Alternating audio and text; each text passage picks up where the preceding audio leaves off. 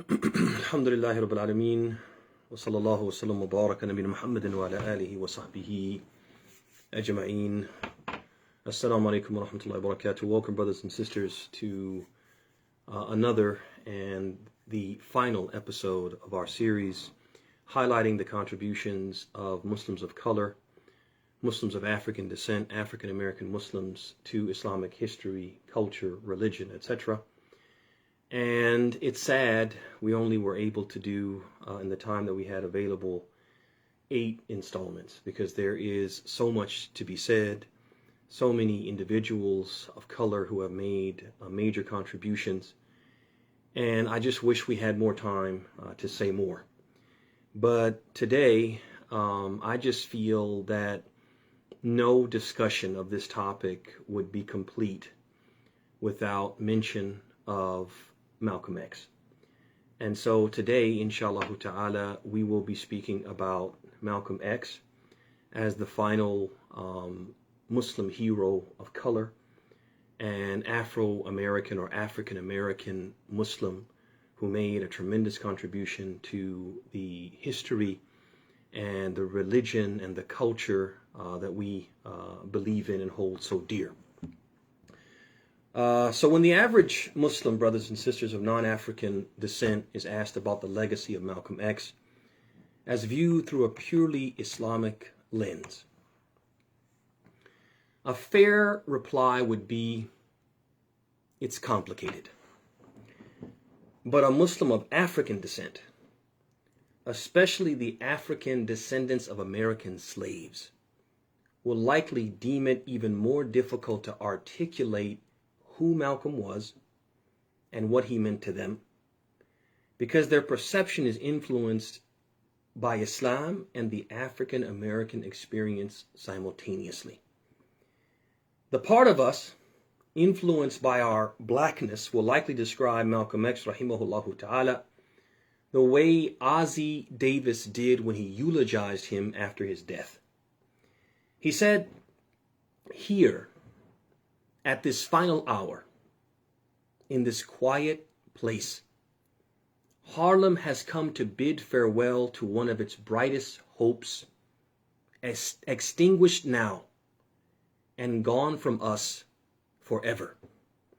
It is not in the memory of man that this beleaguered, unfortunate, but nonetheless proud community has found a braver, more gallant young champion than this Afro-American who lies before us, unconquered still.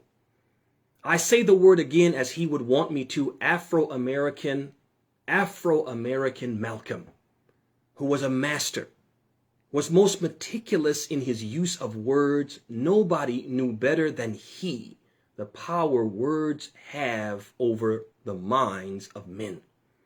Malcolm had stopped being a Negro years ago. It had become too small, too puny, too weak a word for him.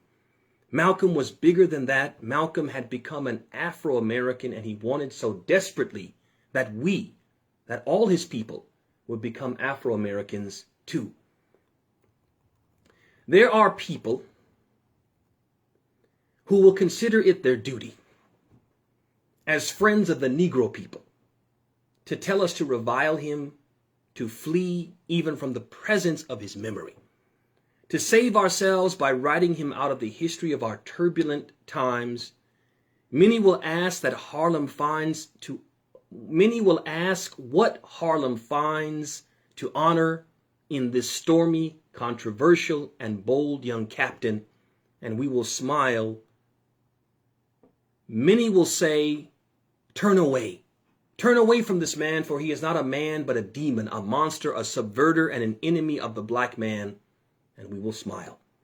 They will say that he is of hate, a fanatic, a racist who can only bring evil to the cause for which you struggle. And we will answer and say to them, did you ever talk to Brother Malcolm? Did you ever touch him or have him smile at you? Did you ever really listen to him? Did he ever do a mean thing? Was he ever himself associated with violence or any public disturbance? For if you did, you would know him. And if you knew him, you would know why we must honor him. Malcolm was our manhood, our living black manhood. This was his meaning to his people. And in honoring him, we honor the best in ourselves. However, we may have differed with him or with each other about him and his value as a man, let his going from us serve only to bring us together now. Consigning these mortal remains to earth, the common mother of all, secure in the knowledge that what we place in the ground is no more now a man but a seed, which after the winter of our discontent will come forth again to meet us. And we will know him then for what he was and is, a prince, our own black shining prince, who didn't hesitate to die because he loved us so. This, brothers and sisters, is how the African in us is likely to express its feelings about Malcolm. But Islamically, we may struggle to reconcile between all the good that was Malcolm, the good he did, and the good he tried to do for people of color. Reconcile between that and his association with un-Islamic beliefs and heresies presented and passed off as Islam. Beliefs like the belief that Wallace D. Fard was God incarnate, that Elijah Muhammad was God's messenger sent exclusively to the black man in America, groping aimlessly in the wilderness of immorality and spiritual infidelity. The belief that resurrection is not physical but merely mental. Blacks are mentally dead and are given life by following the teachings of the Nation of Islam. That heaven and hell are not real places in the hereafter, but rather figurative for a good life or a bad life in this world. And the belief that the white man is the devil, that all white people without exception are devils. The Muslim in us may question how to reconcile all of this. He changed, we'll say. The end of his life, he changed. Converted to Orthodox Islam, made the pilgrimage which washed away all of his previous misdeeds born out of ignorance. Malcolm's beliefs and ritual practice at the end of his life were evolving. He, like many of us, was a work in progress. So who was Malcolm? And what can we learn from his life and legacy? What I want to do in the time that we have left is I want to mention 4 events from Malcolm's life. There's so many events that we could mention and so much we could say, but I'm going to mention 4 events, ala ujala, summarize them, and then mention some of the lessons we can take from his life. I wish we had more time to discuss it, but we'll try to do what we can the time that we have before Salat al-Isha. So the first event, I entitled it, Made Bitter by the Bitter Taste of Racism. So Malcolm, rahimahullah ta'ala, when he was in his early teens,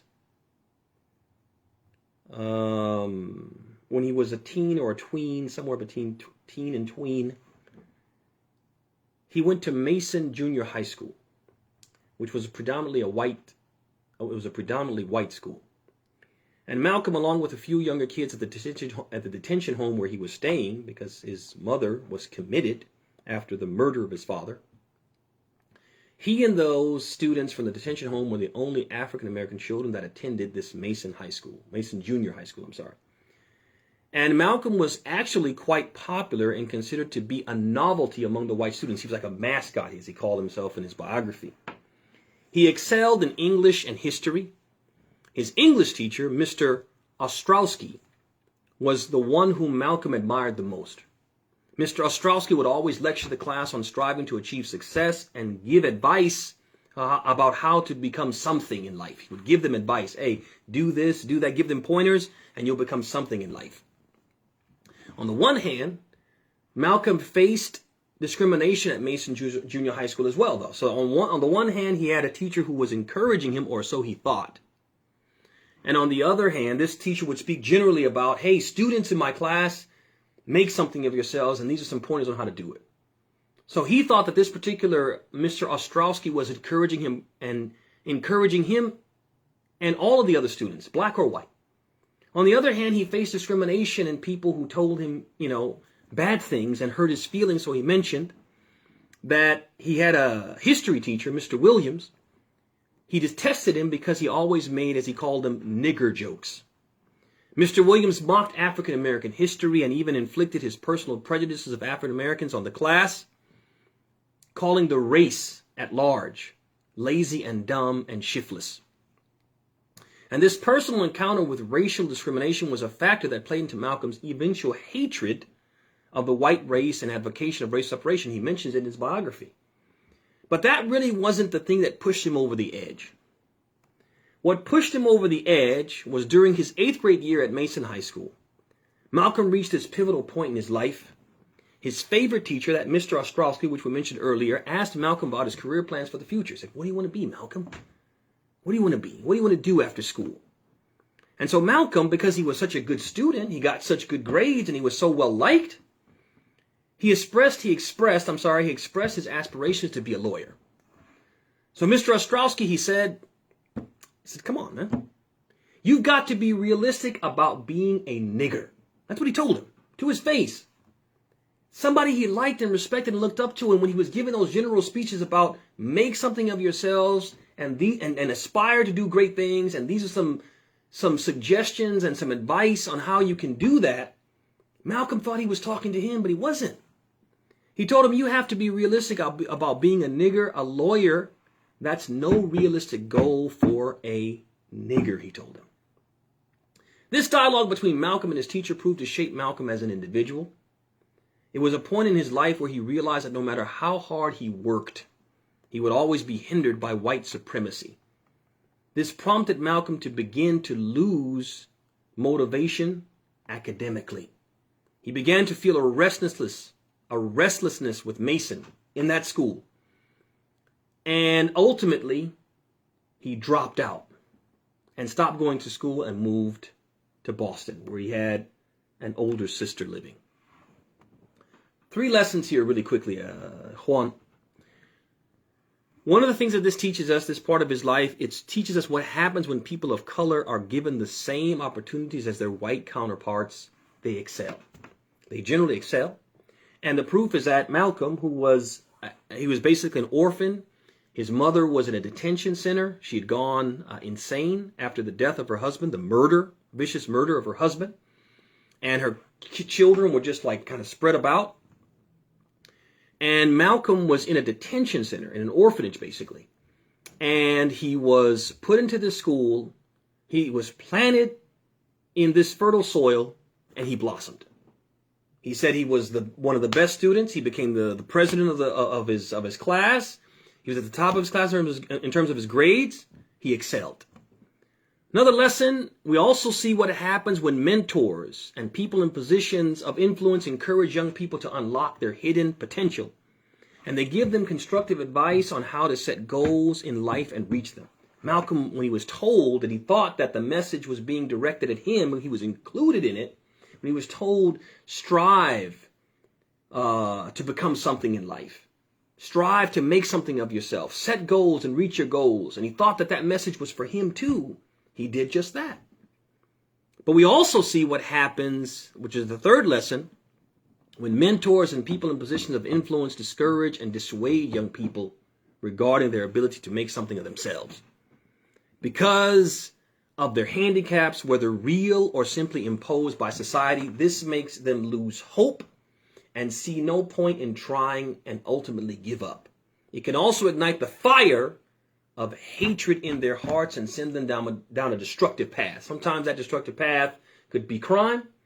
It could be spiritual infidelity, a person just disbelieving. And in this case, the case of Malcolm, it sent him down the path ultimately of reverse racism, or racism in reverse. The second chapter, or the second part of his life that I want to mention, I've titled it From Miscreant to Black Muslim.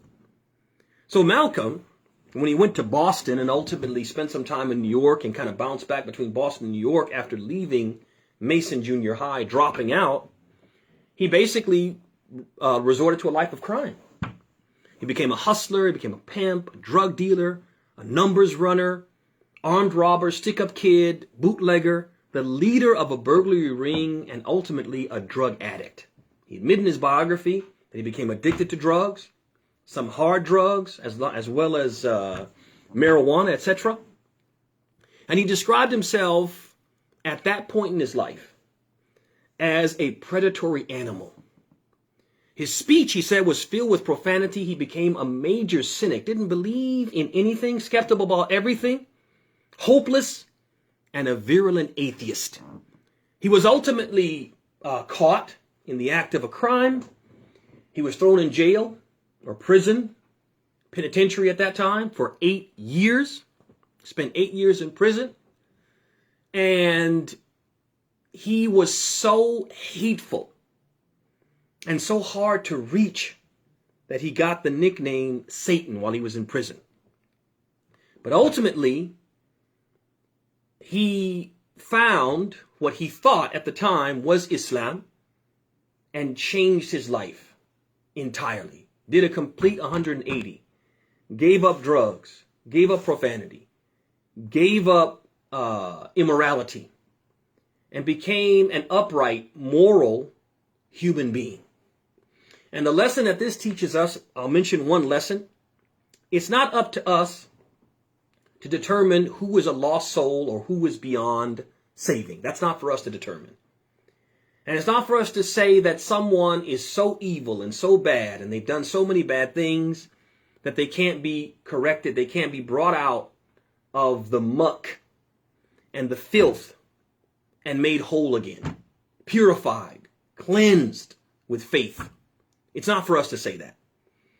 As you can see how far and how criminal he had become, how cynical he had become, and how he became such a perfect believer in what he thought was Islam at the time.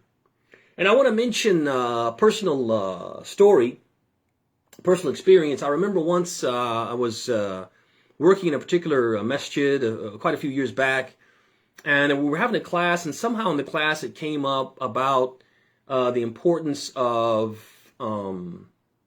teaching and spreading Islam, giving da'wah, and who should be targeted for da'wah.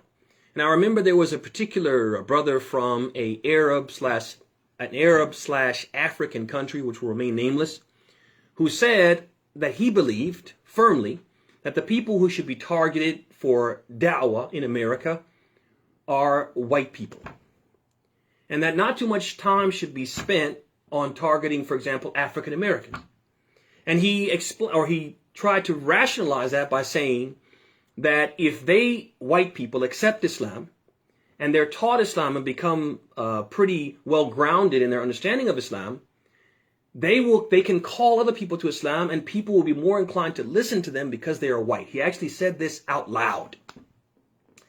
And again, this is an erroneous type of thinking for the exact reason why we're mentioning here.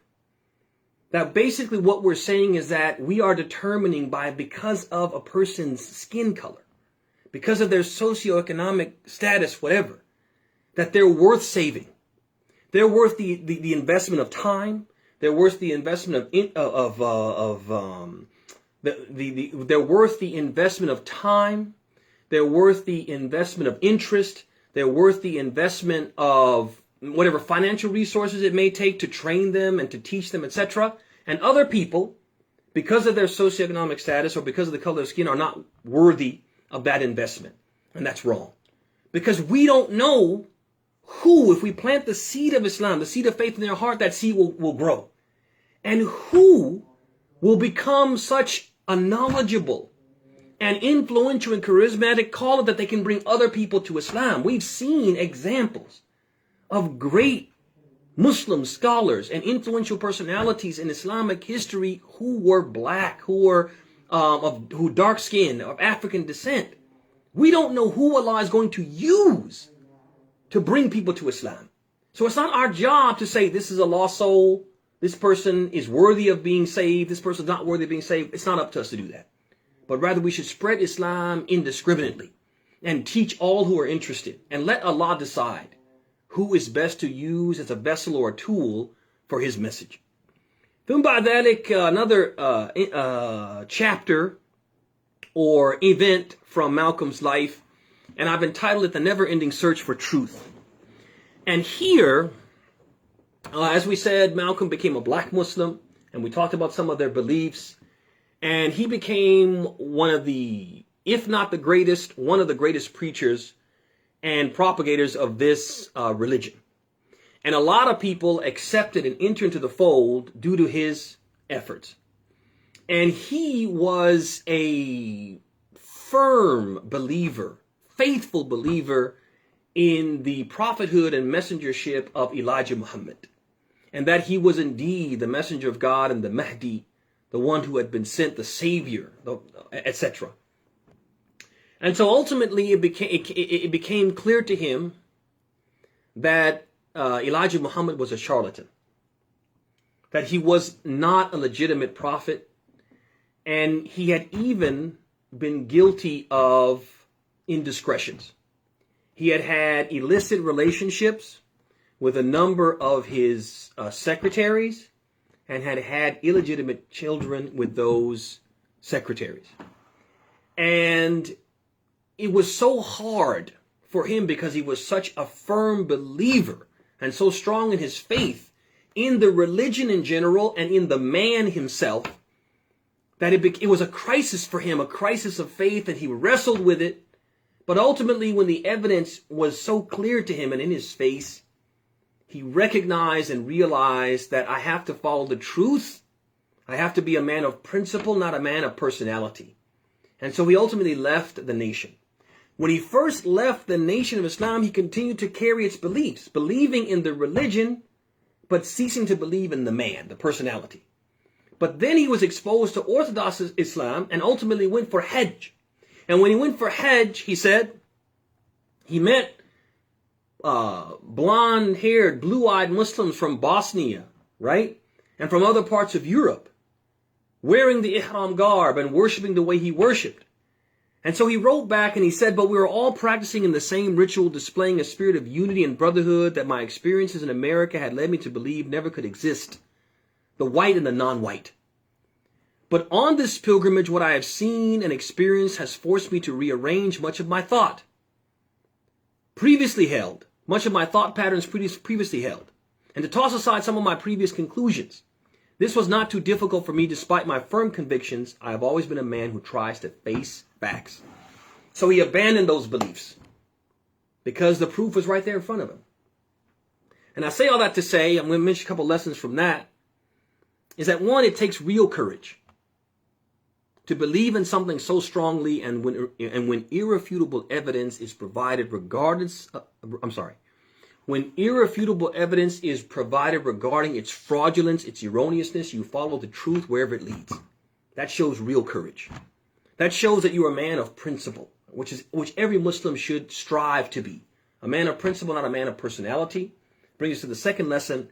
We have to be incessant seekers of truth, following the proofs wherever they lead us. If you look at the Quran, you look at the Hadith, Allah subhanahu wa ta'ala and His Messenger repeatedly tell us, be people of truth. Ya ayyuhalladhina amanu, ittaqullaha wa kunu ma'as sadiqeen. Oh, you who believe, fear Allah and be with the people of truth.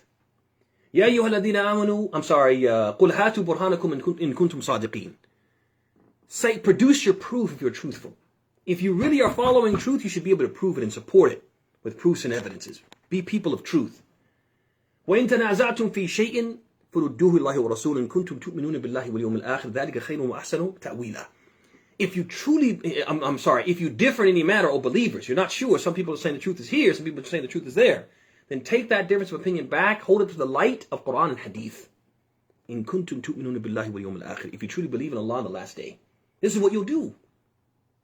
ذَلِكَ خَيْرٌ وَأَحْسَنُ تَأْوِيلًا. That is most superior and best for final determination. So the people of truth, they're always taking what they believe and holding them to the light of truth and making sure that the two match, that they're in sync. And if they're not in sync, they're prepared to abandon something they believe in all their life. Because the truth is not known by men. Right? The truth is known Men are known by the truth. And so we don't judge truth by the personalities who promote it, but rather we judge the personalities by the truth that is in the Quran and the Hadith. And so this is very important for us to learn from Malcolm's experience, that we have to be incessant followers of truth. And he reminds me so much of Salman al-Farisi. And some of you know the story of Salman al-Farisi and his long journey to Islam, and how at every turn, when he was pointing in the direction of truth and it meant that he had to leave what he had believed for a lengthy period of time, he did so, actively seeking the truth and not concerned about the personalities involved. Last but not least, from the experiences of Malcolm before we close, is that I entitled this, Born Muslims Have a Responsibility to Properly Represent Islam and to Guide Converts. And this is taken from a part of his biography, rahimahullah ta'ala, in which he repudiates the nation's theology. He's basically speaking against the Nation of Islam and what they believed in. But in the course of that, he criticizes the Muslims of the East, as he called them, for allowing ignorance of true Islam to fester and produce a religious faker among black Americans. That Elijah Muhammad was able to emerge and to preach a false form of Islam and call it Islam because Muslims from the East who knew better didn't come forward and refute him and repudiate him. And so basically what we learn from this part of Malcolm's biography is that that Muslims who were born Muslim and who know Islam, and it's in their blood, it's in their lineage for generations. Generations of them have been Muslim. They have a responsibility to represent Islam properly and to guide converts, people who were born Muslim. They have a responsibility. They should be leading the charge. They should be teaching and setting a proper example. And they shouldn't sit idly by and say, let them figure it out. They see people teaching and preaching the wrong thing, and they're like, it's none of my business. Let them figure it out. They'll figure it out on their own.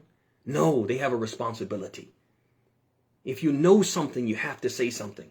The Prophet said in the Hadith, "Man ra'a minkum munkaran falyughayyiru biyadihi, falam yastati' fabilisani, falam yastati' fabiqalbi wa dhalika ad'af al-iman." He said that whoever amongst you sees something wrong, then he should what? Stop it. He should put a stop to it with his hands. If he can't, then what? With his tongue. You see people are saying the wrong thing about Islam and you know better. And you see that these converts who are unsuspecting, and they don't have the knowledge to know, to discern, then you step up and you tell them, hey, that's not the right way. That's not the right path. You step in. You intercede. You insert yourself. The Prophet said in the Hadith, "Ballighu anni walau aya." Convey from me, even if it's a sentence, whatever you know. And Ibn Mas'ud, he said, "Man alima minkum shay'an falyaqul bihi." Whoever amongst you knows something, let him say it. Don't sit idly by while falsehood is being trafficked, and you're like, well, I'm good. I know my deen. You know, I was born a Muslim, raised a Muslim, studied Islam from, primary school on up. And if these people are misguided, that's their problem. No, we have a responsibility. You have a responsibility. And Malcolm said that he himself was misguided, and many other people were misguided and followed falsehood, followed the Nation of Islam, under the nose and with the knowledge of Muslims, as he put it, from the East, who knew better but said nothing. And so you do have a responsibility. Don't feel like you're not responsible, you're not accountable. It's somebody else's problem. And there's a lot more that we could say, brothers and sisters, but unfortunately, Salat al-Isha is about 2 minutes away. So we have to close here. But I just want to summarize from everything that we've learned in these 8 or 9 episodes that there's a lot that Muslims of color, Muslims of African descent, African American Muslims have contributed to the history, the culture, the religion, etc., that we believe in and hold so dear. We need to recognize that.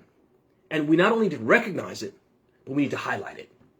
We need to have knowledge of it ourselves, teach and educate our own children and families about it, because it will change the way we look at each other in our communities. And that's so important, because our community is supposed to be an example of racial equality, ethnic equality, in the absence of racism, ethnic prejudice, and color-based prejudice. And with that, brothers and sisters, we'll bring today's session to a close. هذا وصلى الله وسلم وبارك على نبينا محمد وعلى آله وصحبه أجمعين. السلام عليكم ورحمة الله وبركاته.